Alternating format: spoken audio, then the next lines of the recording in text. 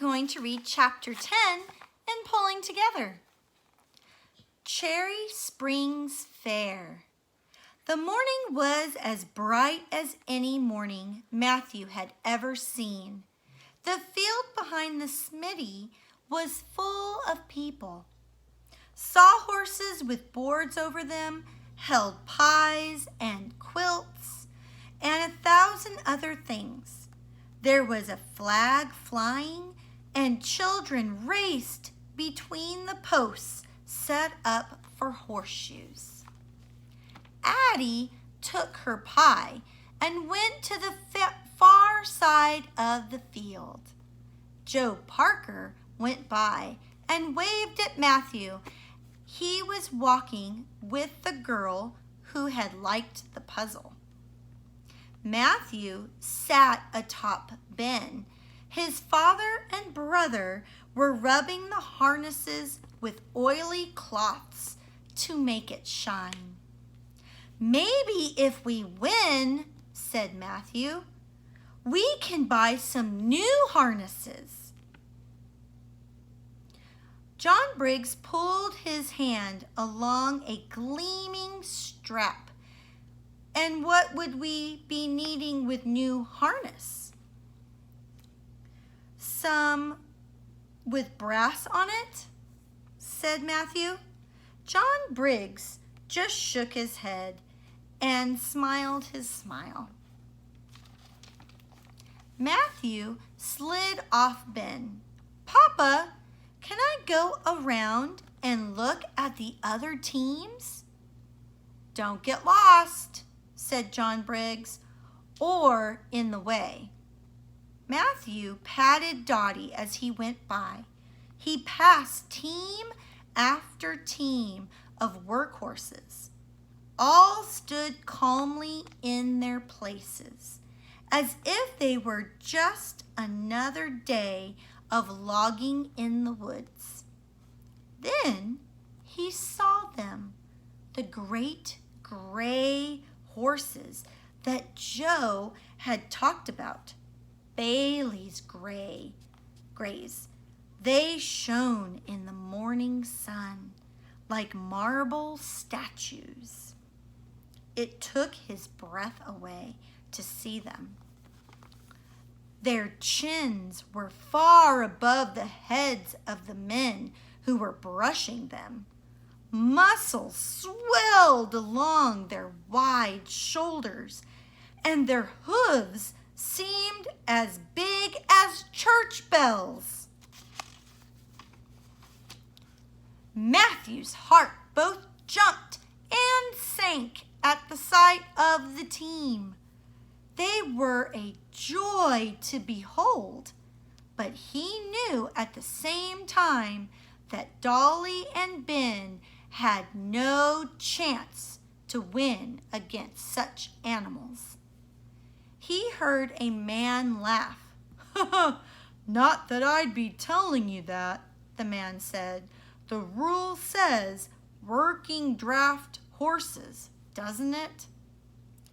"Since when do you work these horses, Bailey? I'd like to know." The other man's voice had a laugh in it too. Then both men laughed together. Matthew felt his face get hot. He ran back to his father and Luke. "Papa," he said, "I saw Bailey's grays." His father and brother had clipped straps to the halters of Dolly and Ben. "We have to weigh the team," Luke told him. "Papa," Matthew said again, "I saw the grays, and I think they're not supposed to be in the contest." "What, son?" said his father. "I heard 2 men talking. I don't think those gray horses work in the woods like ours, like they have to if they're in the contest." John Briggs looked across at the grays. The muscles in his jaw pushed in and out. At last he said, "That may be, and it may not be, but it is not for us to go into. Come along now to the weighing." Matthew did as he was told. He watched as smaller teams weighed in on the big platform scale and were sent to the lightweight class. Maybe, he thought, maybe Dolly and Ben would make it into the lightweight class. Then they would have a good chance to win. In fact, he was sure they could easily win there. Luke led Dolly and Ben up on the scale. The man said, "Well, John, they're heavyweights by just 100 pounds. Matthew's chest felt tight and his eyes stung. He felt sorry for his father, but John Briggs smiled and took the number plate for his team. Matthew did not want to watch the lightweight horses pull the logs in the first contest. He wished that they could just go home. "What's the matter, Matthew?" said Luke. Matthew shook his head. The first small team came around. Their harnesses jingled. The driver brought the horses to the front of the logs. Then he made the horses back up. The hook on the doubletree slipped into the ring on the logs. At once, the horses leapt forward. "Bad," said Luke. "He should make them wait till he says something." Matthew knew that.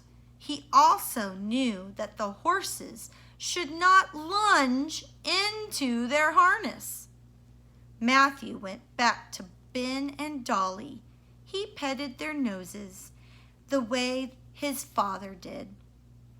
He loved the team, but today, just today, he wished his father owned bigger horses. A while later, Matthew heard a long cheer go up from the crowd, and he knew the lightweight contest was over. Soon his father came to get Ben and Dolly. His father whistled the tune he always whistled. Matthew wondered at his father's happiness. Then he thought, "Papa's probably not seen Bailey's gray horses yet." John Briggs looked at his son's face. "Matthew, don't be so worried.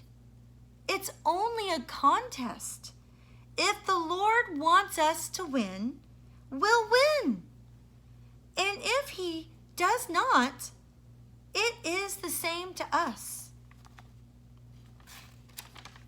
Every important thing will still be the same. Yes? Matthew nodded, but only because he knew his father wanted him to.